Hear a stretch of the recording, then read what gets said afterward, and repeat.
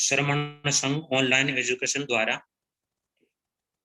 हमारी उपाध्याय परवर श्री रविंद्र मुनि जी महाराज साहब की महती प्रेरणा एवं उपाध्याय भगवंत आगम पुरुष आगम ज्ञाता श्री जितेंद्र मुनि जी महाराज साहब के मंगलमय मुखारविंद के द्वारा आगम स्वाध्याय का बहुत ही सुंदर कर्म संचालित हो रहा है।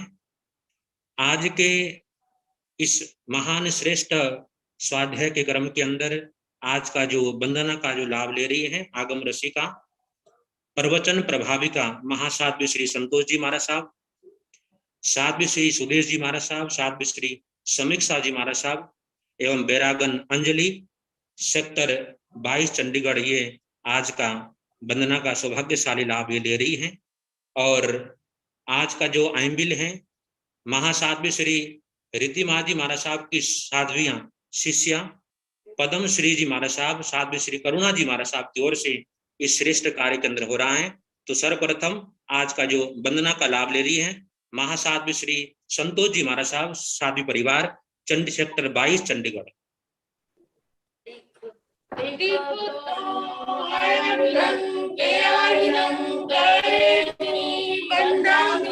नमस्कामि सत्कारेमि सम्मानेमि कल्याणं मंगलं देव्यं श्रेयं वज्रसंवेदनं इकतो आयनं तेयानं करेमि वन्दामि नमस्कामि सत्कारेमि सम्मानेमि कल्याणं मंगलं देव्यं श्रेयं इकतो आयनं तेयानं करेमि वन्दामि नमस्कामि सत्कारेमि सम्मानेमि कल्याणं मंगलं देव्यं श्रेयं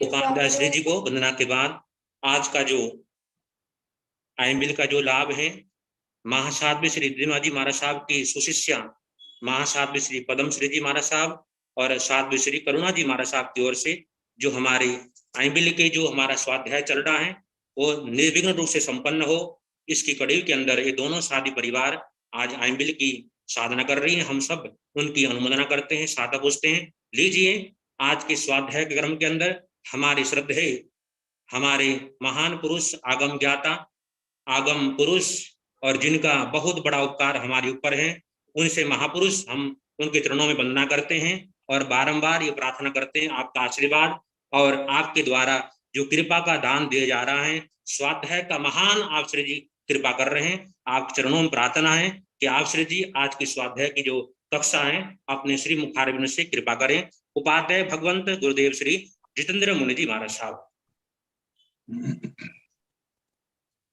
नमो अरिहंताण नमो सिद्धाण नमो आर्याण नमो ओमभयाण नमो नमो एको पारे मंगलानंद संदेश मंगलम। जिन शासन जिन वाणी सदा जयवंत हो, श्रमण संग सदा अविचल मंगल हो। मुक्ति को प्राप्त श्रमण भगवान महावीर स्वामी उनकी परम पावन कल्याणी भागवती वाणी वाचक प्रमुख श्री इंदर होती गौतम आदि गणधर भगवान जुग प्रधानाचार्य परम पूज्य श्री सुधर्मा स्वामी जी महाराज उनकी परम पावन परंपरा वर्तमान आचार्य ध्यान योगी परम पूज्य श्री शिव मुनि जी महाराज एवं गुरुजन सबके पावन चरण स्रोतों में मेरा अनंत अनंत वंदना नमस्कार। आगम परिषद में विराजमान वरिष्ठ मुनिराज अन्य मुनिजन परमादरणीय भगवती स्वरूप महासाध्वी जी श्री उत्तराधायन सूत्र की वाचना प्रारंभ है। शनिवार को 14वां अध्ययन ईशु कार्य उसका समापन हुआ था। आज 15वां अध्ययन पन्र समं अध्ययनम स भिक्षुः। 15वां अध्ययन स भिक्षु व भिक्षु। 14वें अध्ययन में बताया था निर्निदानता, बिना की हुई साधना कैसे आत्मा को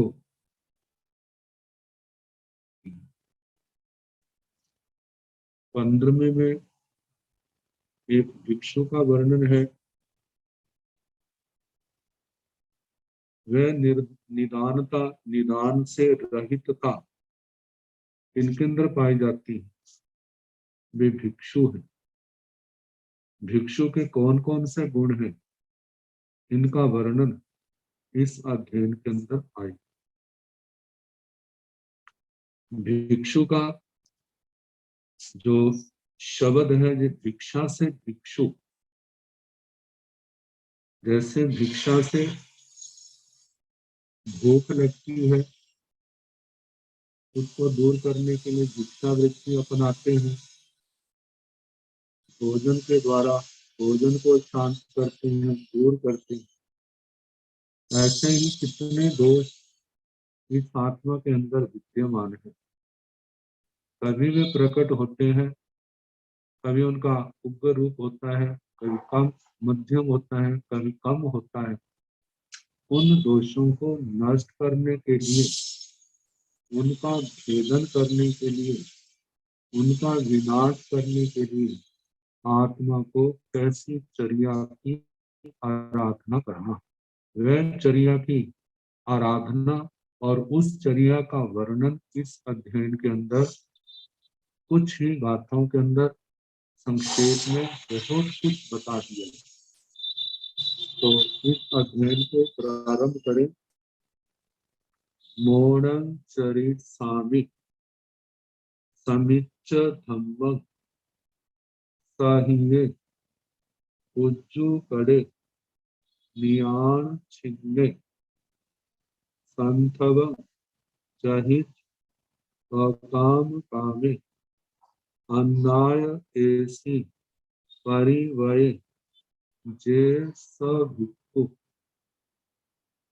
ताकि जो ऐसे गुज्जे, देखा मतलब जो जिस आत्मा के अंदर ऐसे गुण है, इन गुणों की आराधना कर रहे हैं, सभिक्खु, वह भिक्षु है।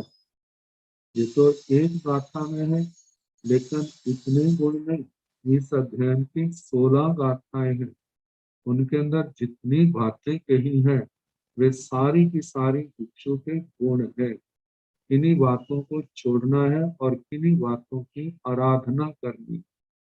तो उन दोषों को छोड़ रहे हैं, गुणों को अपना करके उनकी आराधना, उन गुणों के अंदर अपने आप को स्थित रखना, ये सारी की सारी एक सच्चे भिक्षु, मोक्षार्थी, संसार को पार करने वाले एक मुमुक्षु जीव के लक्षण है, जिनका वो हर समय ध्यान रखते हैं। तो बताया है समित धम्म, धर्म को जान करके, समित सम्यक प्रकार से प्राप्त करके, आत्मसात करके, किसको? धम्म, धर्म को। धर्म के संबंध में पहले बता चुके हैं।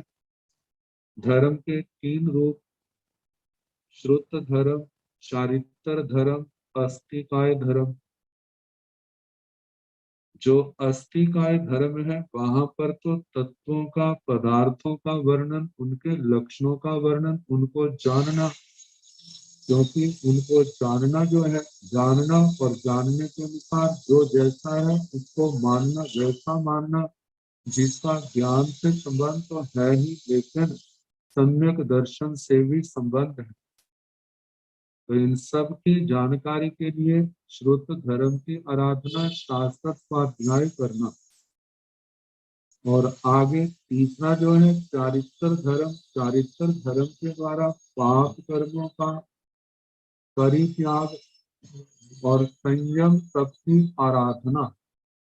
पाप कर्मों का परित्याग और संयम सबकी आराधना तो करना। तो इस प्रकार धर्म को अच्छी प्रकार से जान करके और प्राप्त करके मौनम चरितामि, मैं मुनि धर्म का आचरण करूंगा।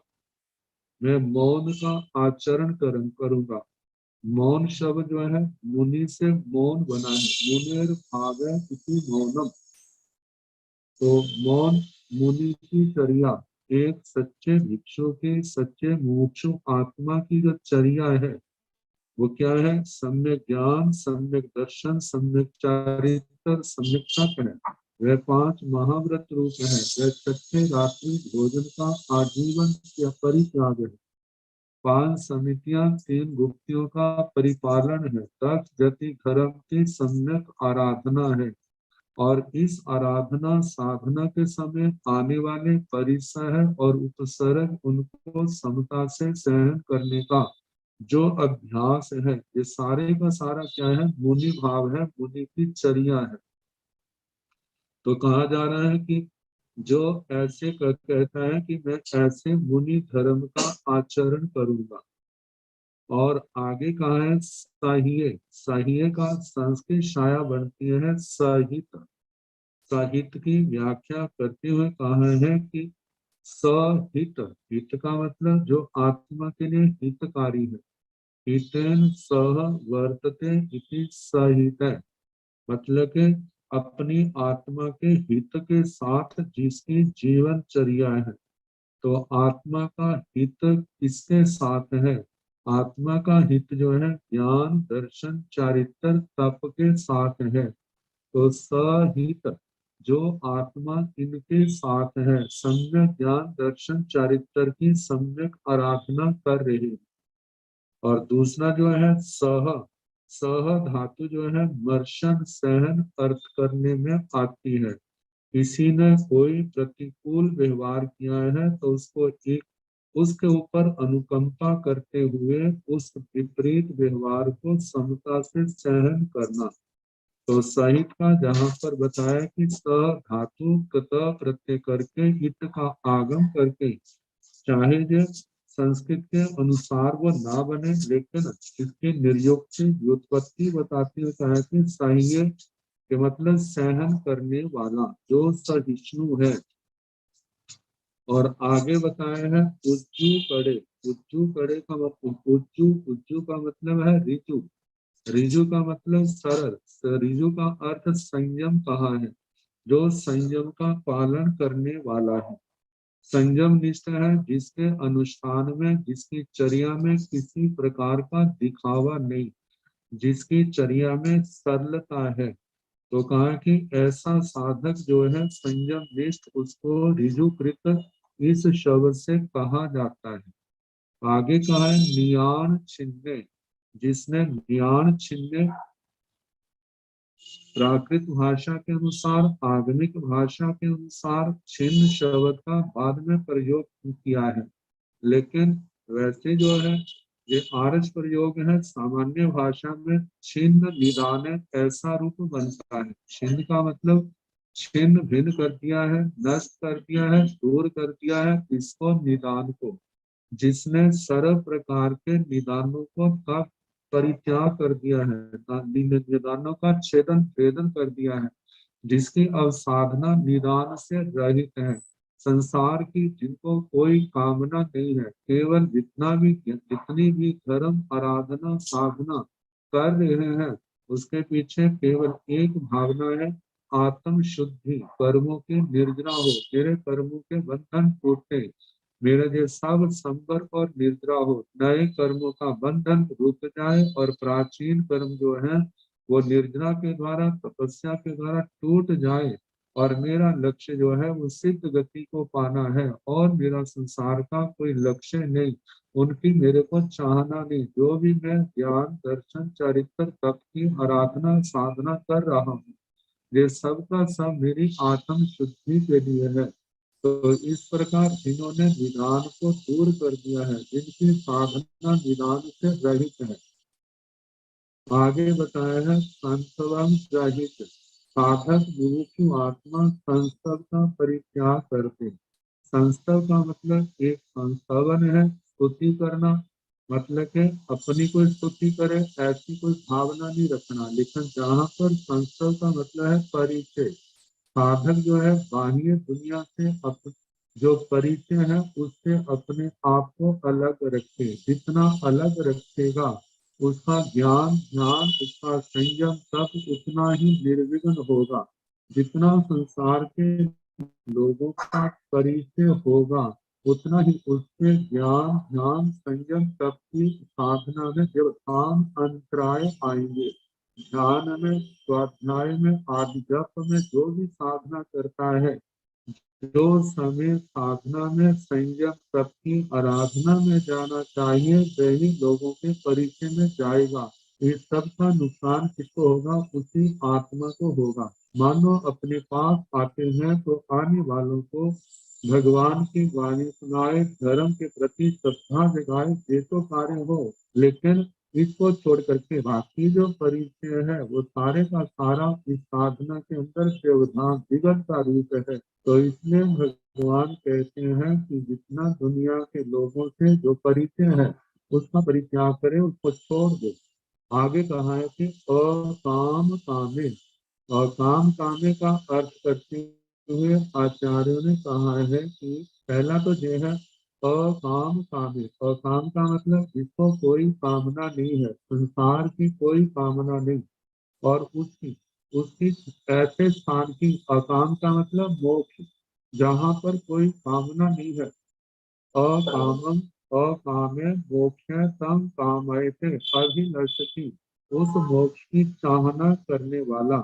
और आगे बताया है काम कामे, दूसरा जो अर्थ किया है पहले अकाम कामे, इसी शब्द को तोड़ते हुए मैं काम कामे। काम कामे का मतलब कामान, काम ऐसे कि काम काम है, जो काम की चाहना करता है, अभिलाषा करता है। तो काम के दो रूप किए हैं, एक तो संसारी पदार्थों की कामनाएं है, उनकी चाहना है, लोकेशना की चाहना है, जैसे प्रतिष्ठा की चाहना है, भौतिक पदार्थों की सुखों की चाहना है, एक ये है। दूसरा जो है, दूसरे के लिए कहा है मदन काम। मदन काम मतलब जिसका संबंध वासनाओं से है और ब्रह्म कुशील से है।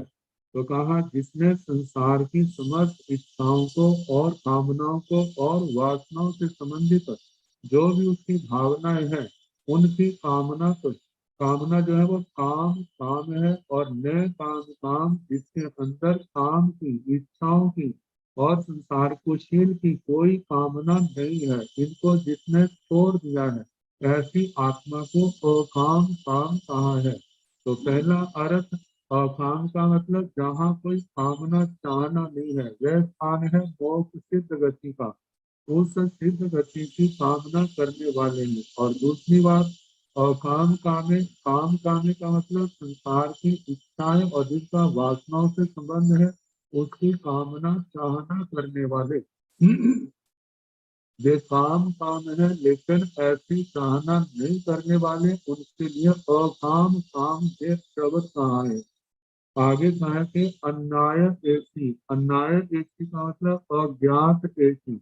भिक्षा के लिए साधु साध्वी जाते हैं, एक ऐसा है अपना परिचय दे करके भिक्षा लेनी, और दूसरा है कि अज्ञात अपना परिचय दिए बिना घरों में जाना और परिचय दिए बिना गोचरी करना, एक उनके लिए अज्ञात ऐसी आता है।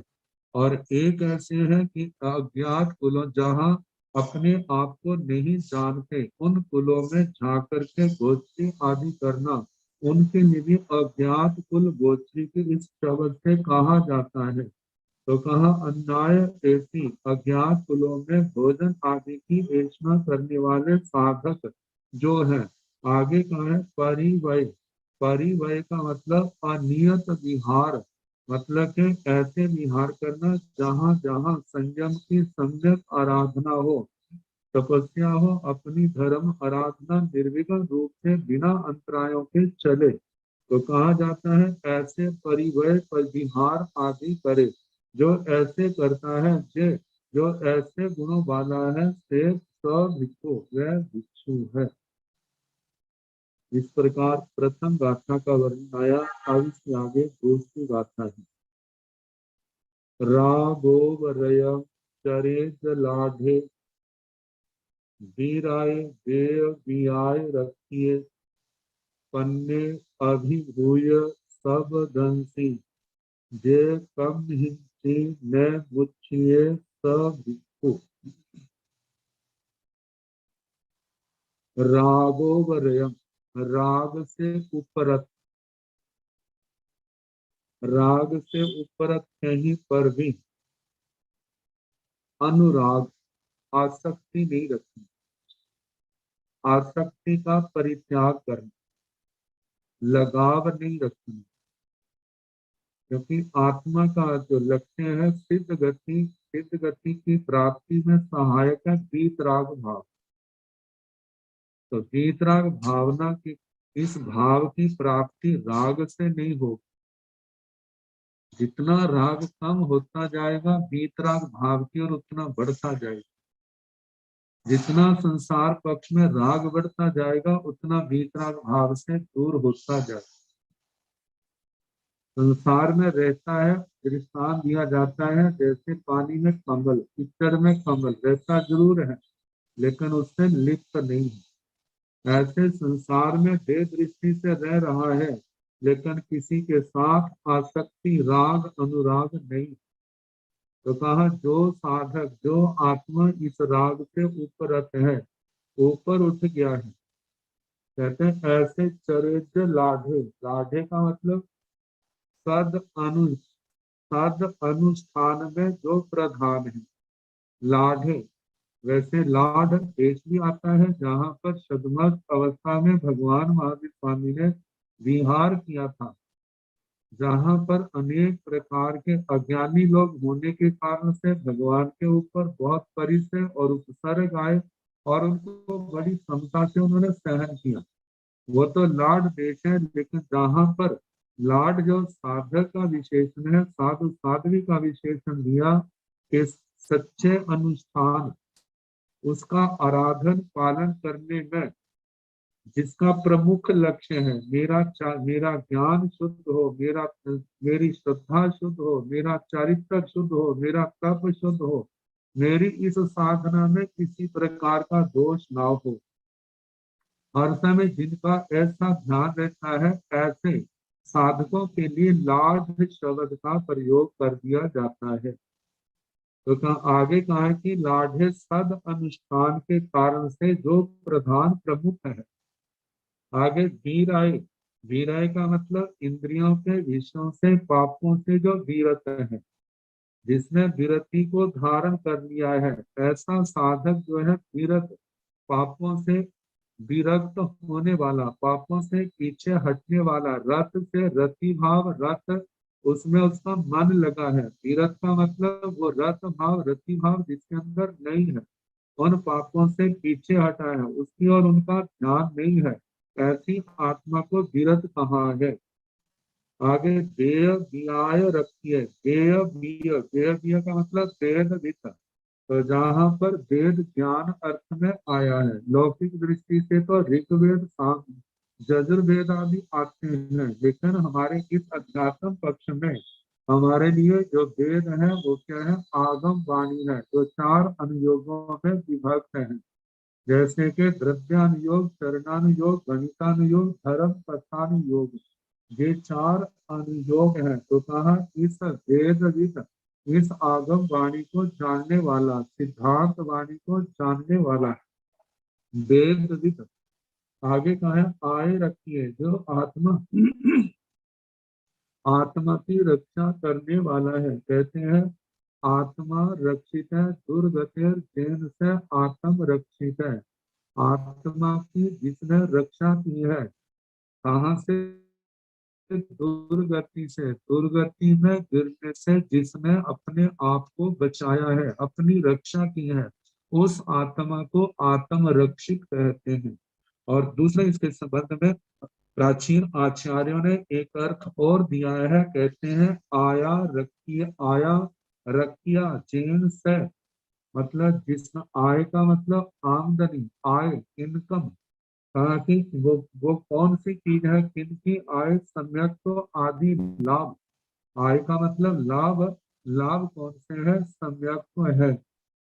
सम्यक ज्ञान, दर्शन, चारित्र, तप, जितनी भी संयम तप की आराधना कर रहा है, ये सारी के सारे आए हैं। तो इसकी जो रक्षा करते हैं, इनमें किसी प्रकार का दोष ना लगे, मेरी साधना किसी प्रकार से दूषित ना हो, ये मेरे लाभ दूषित ना हो, ऐसा सदा ध्यान रखने वाला जो है, उसके लिए आय रखी है। ऐसा इस शब्द से संबोधित किया है। तो कहा ऐसे आत्मा की रक्षा करने वाले और सम्यक तो आदि, जो सम्यक ज्ञान, दर्शन, चरित्र, तप आदि के लाभ गुरुजनों के माध्यम से, संघ के माध्यम से इस आत्मा को जो प्राप्त हुए हैं, इनकी रक्षा में सदा जिनका ध्यान रख रहता है, तो वे साधक आत्मरक्षित और आय रक्षित कहे जाते हैं। आगे शब्द आए हैं पन्ने। पन्ने का मतलब प्रज्ञावान, जो प्रज्ञ है। प्रज्ञा मतलब शब्द को देखा है, प्रकर्षण ज्ञानम यस्मिन् सः, वह जिसके पास प्रकृष्ट रूप से ज्ञान पाया जाता है, वह प्रज्ञ है। और उत्तम प्रज्ञा का धनी होने के कारण से भी साधक को प्रज्ञावान कहा जाता है। तो इस प्रकार सम्यक ज्ञान का धनी होने के कारण से इस आत्मा को प्राज्ञ, प्रज्ञ, बुद्धिमान कहा जाता है। आगे आया है अभिभूय। अभिभूय का मतलब अभिभूत करके, किसी को पराजित करना। तो किसको पराजित करना है? तो साधु के लिए पराजित करने का से मतलब है जो आत्मा के अंदर पूर्व के संस्कारों के कारण से, कर्म के उदय के कारण से नाना प्रकार की विकृतियां पैदा होती है, उनको अपनी आत्मा के ऊपर हावी नहीं होने देना, उनका प्रभाव आत्मा के ऊपर ना हो, इस बात का जो सदा ध्यान रखता है। मतलब उनका प्रभाव, उन दोषों का प्रभाव अपनी आत्मा पर नहीं होने देता, होने से पहले ही उनको पराजित कर देता है। एक तो जो है, दूसरा है अभिभूय का मतलब परिचय और उपसर्गों को जो पराजित करता है। साधना में अनेक प्रकार के परिचय उपसर्ग पूर्व अर्जित कर्मों के कारण से साधक के जीवन में आते हैं, तो उनको समता से सहन कर करके उनको अभिभूत करता है, पराजित करता है। आगे कहा है कि सबदंशी। सबदंशी का मतलब सबको देखने वाला। सबको देखने वाला जितनी भी आत्माएं हैं संसार के अंदर, सबको अपनी आत्मा के समान देखने वाला।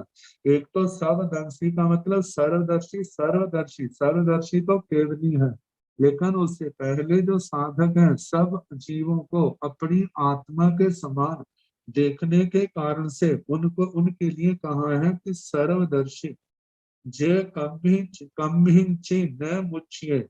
जे मतलब जो साधक कम्भिंची, किसी भी पदार्थ के प्रति, चाहे वो सजीव है, चाहे वो निर्जीव है, अजीव है, किसी भी वस्तु के प्रति मूर्छित नहीं है, आसक्त नहीं है, गृहीत नहीं है, ऐसे गुणों के जो धारक हैं, स भिक्षु, उन्हें भिक्षु कहा जाता है। इस प्रकार दूसरी गाथा का वर्णन हुआ। अब तीसरी गाथा। अकोस वह इतु धीरे, मुनि चरे लाढ़े निच्च माय गुत्थे, अवगमणे असंपहिठे, जे कसिण आहि जासाय स भिक्खु। आकोस वह, आक्रोश और बद, ये दो परिसर। असाता वेदना की इसमें प्रधानता। ये तो दो का नाम लिया, उपलक्षण से शेष परिसहों को भी ग्रहण कर लिया। आक्रोश और बद्ध को, इनको भी इत्तु धीरे,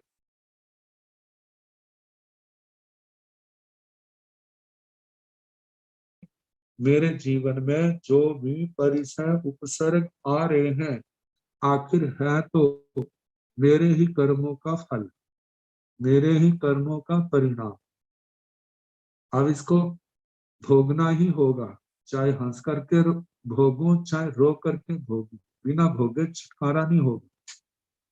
तो रो रो के बच्चों की तरह रो रो के भोगने की अपेक्षा अच्छा है मैं आत्म समाधि में रह करके इनको समता से सहन करूं। यदि मैं ऐसा करूंगा तो नए कर्म के बंध से बच जाऊं, और यदि ऐसा नहीं करता हूं, आप कषायों के आवेश में आ जाता हूं, मैं अपनी आत्मा को विकृत करता हूं, तो क्या होगा? पूर्व के जन्म के कर्म तो भोगे जाएंगे, ठीक है, लेकिन विभाव दशा के कारण से, इन कषाय दोषों के कारण से नए कर्मों का बंध भी होगा। तो कहा पूर्व के कर्म तो मैंने भोगने हैं, लेकिन आगे नए कर्मों के बंध से भी अपने आप को बचाना है। यदि ये ज्ञान का प्रकाश होगा कि ये सारे दुख आखिर है तो मेरे ही कर्मों का परिणाम, तो मेरे को ही भोगने पड़ेंगे, यदि ये समझ है तो क्या होगा? वो शांति रखेगा और शांति से उनको सहन कर लेगा, सहन करके पुराने कर्मों के बोझ को उतार देगा, नए कर्म के बंध से अपने आप को बचा लेगा।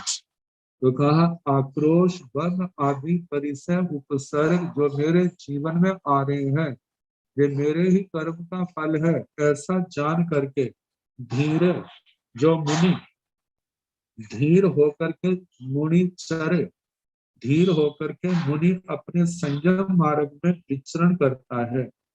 धीरे, धीर शब्द का बताया था कि धिया राजते इति धीर, जो बुद्धि के साथ शोभायमान है। धी कहते हैं बुद्धि को, र का मतलब राजते, शोभते, जो बुद्धि के साथ शोभायमान है, वह धीर है।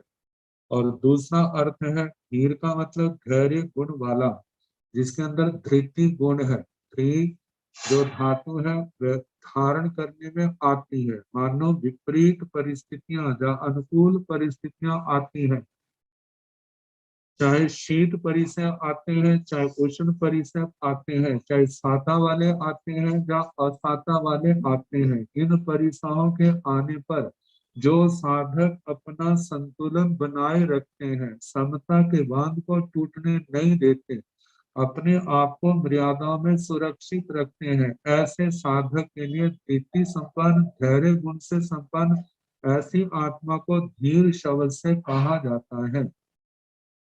तो कहा ऐसे मुनि, मुनि जो है मूल धातु ज्ञान अर्थ में आई है, तो ज्ञान की प्रधानता, तो कहा कि नारायण मुनि होय, ज्ञान से मुनि होता है। इसके लिए कहा ज्ञ प्रज्ञा से कर्म बंध के कारणों को जानना, जो जानता है, और प्रत्याख्यान प्रज्ञा के से जिनका परित्याग करता है, ऐसी पुण्य आत्मा को मुनि शब्द से संबोधन किया है।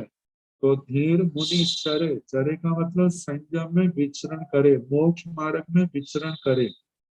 लाढ़े नित्य माय गुत्ते, लाढ़े का मतलब जिसका संयम आचरण, जिसका सद अनुष्ठान क्या है? श्रेष्ठ है, प्रधान है, प्रमुख है, ऐसा साधक नित्यम सदा आय गुत्ते आत्म गुप्त, जिसने अपनी आत्मा की रक्षा की है। किससे रक्षा की है? असंयम से।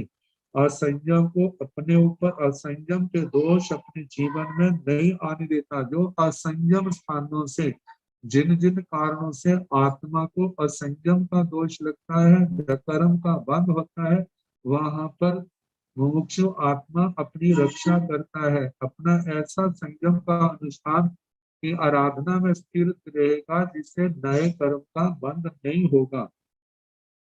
आगे अभक्त मणि, जिसके मन में किसी प्रकार की व्यग्रता नहीं है, व्याकुलता, बेचैनी नहीं है, और सांपहित, किसी प्रकार का प्रहर्ष का भाव नहीं है, हर्षातिरेक नहीं है। जैसे कितनी बार परिसर उपसर्ग तो आते हैं, वह उनको सहन करता है। सहन करने से सफलता तो मिलती है, सफलता में प्रसन्नता भी आ जाती है, लेकिन उस समय ये भी भाव रखते हैं कि देखो मेरा तो कर्मों का बंधन टूट रहा है, मेरी तो निर्जरा हो रही है, मेरी आत्मा निर्मल हो रही है, लेकिन जो परिसर उपसर्ग मेरे को दे रहा है वह कितने कर्मों का बंध कर रहा है।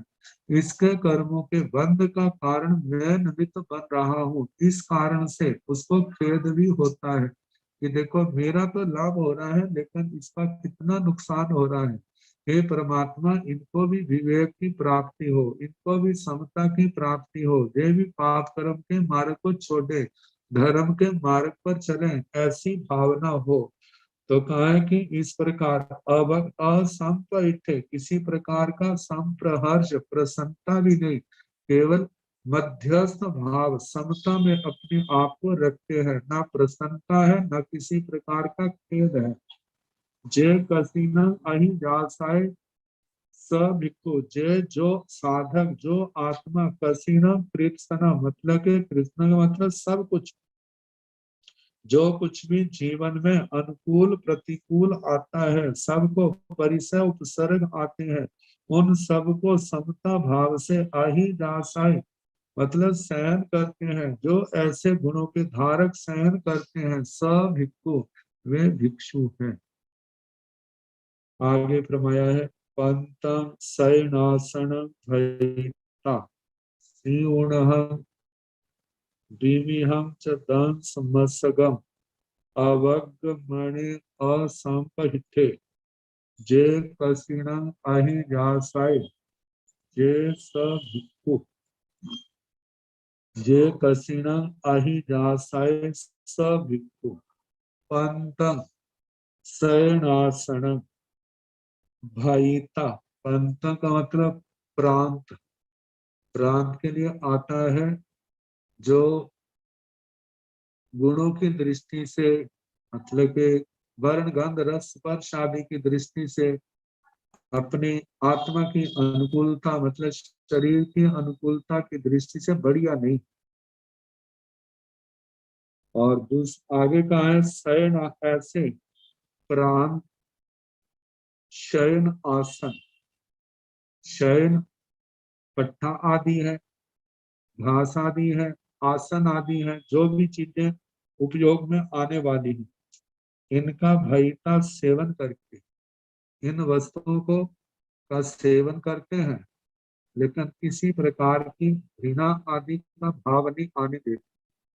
सोचते हैं चाहे बढ़िया नहीं है लेकिन हमारे संयम तप में सहायक है, इनके कारण से हमारा सर्दी आदि से बचाव हो जाता है, हमारे शरीर को मतलब के विश्राम मिल जाता है, थकावट दूर हो जाती है, हमारे लिए इतना ही पर्याप्त है। इनका वर्ण गंध आदि श्रेष्ठ हो इसका कोई फर्क नहीं पड़ता। इन वस्तुओं से हमारे ज्ञान दर्शन चारित्र तप में वृद्धि होनी चाहिए। तो इस प्रकार प्रांत जिसके निकृष्ट घटिया क्वालिटी का आ जाता है, तो ऐसे इनका सेवन करके सियोणहम विविहम च दंस मंसगम, सियोणम का मतलब सर्दी है गर्मी है, इन सब का डांस मच्छरम न डांस मच्छर मक्खी मच्छर आदि का जो परिसर है, ऐसे नाना प्रकार के जो परिसर है अवज्ञ मणि, मन में इनको सहन करते हैं लेकिन मन में किसी प्रकार की व्याकुलता नहीं है। इन परिसरों को मैं कैसे सहन करूंगा, कैसे इनसे पार पाऊंगा, क्या होगा। तो कहा कि ऐसे कोई व्याकुलता नहीं है। असंपहिते प्रतिकूल अनुकूल प्रतिकूल परिसरों में न किसी प्रकार का हर्ष है, न किसी प्रकार का व्याकुलता है, किसी प्रकार के दुख का अनुभव वेदना है तो उसको समता से सहन करता है लेकिन व्याकुलता नहीं आने देता। जय कसिण अहि जासाय स भिक्खु, जो इन सब परिसरों को समता से सहन करते हैं वह कौन है, वे भिक्षु हैं। ये तीसरा चौथा पाठ जो है ये पहले तीसरी गाथा में आ चुका है, लेकिन कई बार ऐसे पुनरावृत्ति हो जाती है, लेकिन वे दोष नहीं, संयम तप की आराधना का वर्णन करने वाले हैं और विशेष होने के कारण से आत्मा को सावधान करने वाले हैं। कि हमें ऐसा होना चाहिए, क्योंकि जो जो बातें विशेष होती हैं उनको उनकी पुनरावृत्ति भी कराई जाती है, ताकि ध्यान रखें, इसको हम भूल ना जाएं। अपने लक्ष्य की ओर बढ़ना है तो इन सारे गुणों का ध्यान रखना होगा, क्योंकि साधु के लिए सबसे बड़ी बात है कि वो जितनी समता होगी, सहन शक्ति होगी, उतना ही वो अपनी साधना के क्षेत्र में आगे बढ़ेगा और आगे बढ़ने में सफल होगा। आगे 5वीं गाथा। नो सक्यमिच्छाई न पूयम, नो विय बंधनगम कुओपसंसम, स से संजय सुवय तवसी, सहिए आय गवे सय सभिक्षु। नो सक्यमिच्छाई, सक्यम सत्कृतम, सत्कृतम का मतलब सत्कार, सत्क्रिया, सत्क्रिया का मतलब सत्कार से संबंध है। नो सक्यम इच्छाई, जो सत्कार की चाहना नहीं करते, लोग मेरा सम्मान करें, लोग मेरा सत्कार करें, लोग मेरे को वंदना करें, लोग मेरी प्रशस्तियां गाएं, लोग मेरी प्रशंसा करें, ऐसे कोई सत्कार की भावना नहीं। न पूजन, लोग मेरी पूजा करें, पूजा का मतलब मेरे को वस्त्र आदि स्थान आदि से निमंत्रण करें, बढ़िया से बढ़िया इनका निमंत्रण करें, तो ऐसी भी जिनको कोई चाहना नहीं। नो या बंधनगम, लोग मेरे को वंदना करें, लोग नमस्कार करें, ऐसी भी भावना नहीं है। खूब प्रशंसा कहते, जब वंदना आदि नहीं चाहते तो लोग मेरी प्रशंसा करें, तो ऐसी भावना कहाँ से हो? मतलब लोग मेरी प्रशंसा करें, ऐसी भी कोई भावना नहीं है। इन सब से ऊपर उठे, कहते हैं लोगों की प्रशंसा करने से मेरा कौन सा गुण बढ़ेगा? क्या मेरा ज्ञान बढ़ेगा? क्या मेरी श्रद्धा बढ़ेगी? क्या मेरा चरित्र बढ़ेगा? क्या मेरा तत्व बढ़ेगा? ये गुण तो मेरे बल पराक्रम, मेरे पराक्रम से बढ़ेंगे, लोगों की प्रशंसा से नहीं बढ़ेंगे। और यदि इनकी प्रशंसा करता है तो क्या होगा? जिस समय ऐसी प्रशंसा आदि मान सम्मान मिलेगा तब तो प्रसन्न होगा, जब ये नहीं मिलेंगे तो उस समय नाराजगी के भाव आ जाएंगे, उनके प्रति द्वेष भावना आ जाएगी, उनके प्रति हीन भावना आएगी, इनकी श्रद्धा खत्म होगी, इनका ऐसा हो गया है इतना।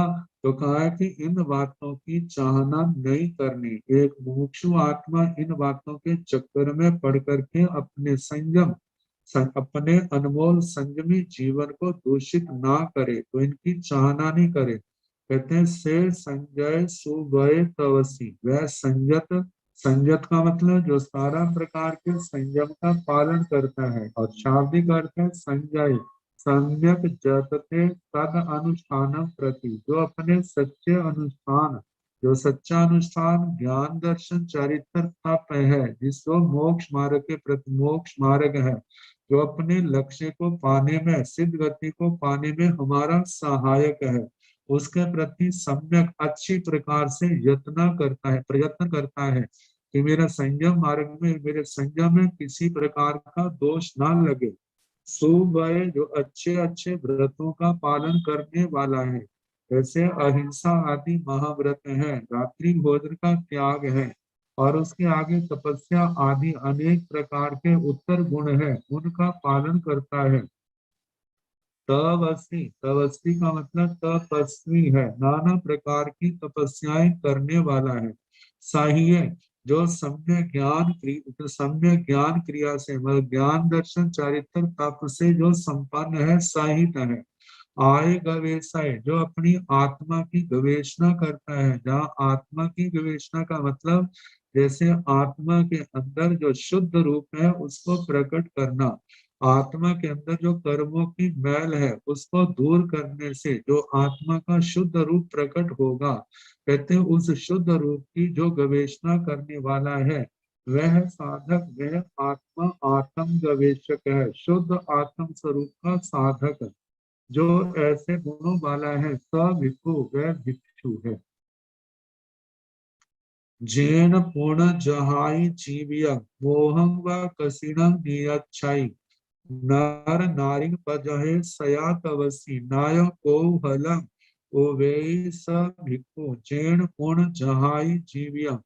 जिन लोगों की संगति करने से जीवियम मतलब जैन जिसके संग करने से पुनः पूर्ण पुनः जहाई छोड़ देता है जीवियम दे जीवन मतलब कि जिस व्यक्ति की संगति करने से आत्मा को जो मिला संयमी जीवन है, इस संयमी जीवन से हाथ धोने पड़े। संयम जीवन में नाना प्रकार के दोष आए, ऐसे व्यक्तियों के ऐसे व्यक्तियों का संग नहीं करना। मोहं व कसिनम नियच्चय या मतलब जिसका संग करने से पूर्ण रूप से मोह उदय में आता है, मोह से बंध जाए तो मोह से मतलब जहाँ कषाय है और नो कषाय है, इन कषायों से अभिभूत होता है, इन कषायों से ग्रस्त हो जाए तो कहा है कि नर नारी पद है सया तपस्वी, जो तपस्वी है सया सदा ऐसे लोगों के, चाहे वो भाई है चाहे वो बहनें हैं, उन सब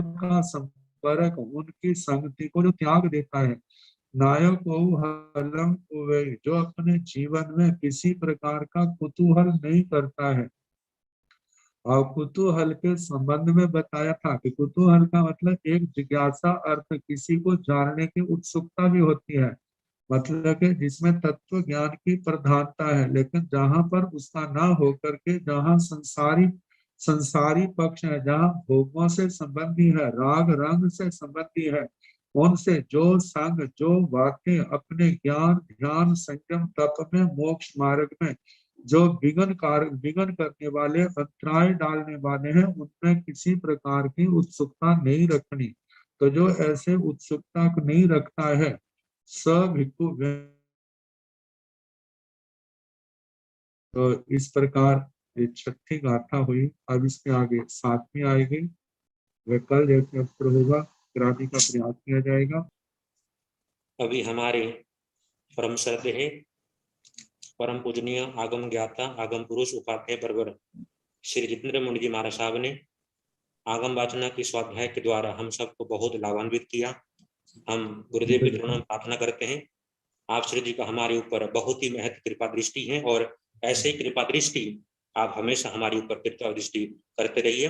हम आपके चरणों में प्रार्थना करते हैं कि आज इस क्लास में से समापन से पूर्व अपने ओर से अपने कृपा दृष्टि पर मंगल पाठ कृपा करके आज की क्लास को यहीं पर समाप्त करें। नमो अरिहंताण नमो सिद्धाण नमो आर्याण नमो ओवधायाण नमो लोय संसाहुण ऐसो पंथ नमो कारो साव पावपण सुनो मंगलानंद संदेशी परम हवै मंगला श्री चतारि मंगलम हरिहंता मंगलम सिंधा मंगलम साहु मंगला केवली पुनतो धम्मो मंगलम चतारि गौतमारि हंता गौतम सिंधा गौतम साहु गौतम केवली पुनतो धम्मो गौतम चतारि शरणं प्रवज्जामि आर्यहन्ते शरणं प्रवज्जामि सिद्धे शरणं प्रवज्जामि साहु शरणं प्रवज्जामि केवले पुनः धम्मं शरणं प्रवज्जामि। चार शरणे सुख करने दुख करने मंगल करने और शरणा नहीं कोई, जो भव प्राणी आश्रय क्षय मथेन बंदा मथेन बंदा मथेन बंदा।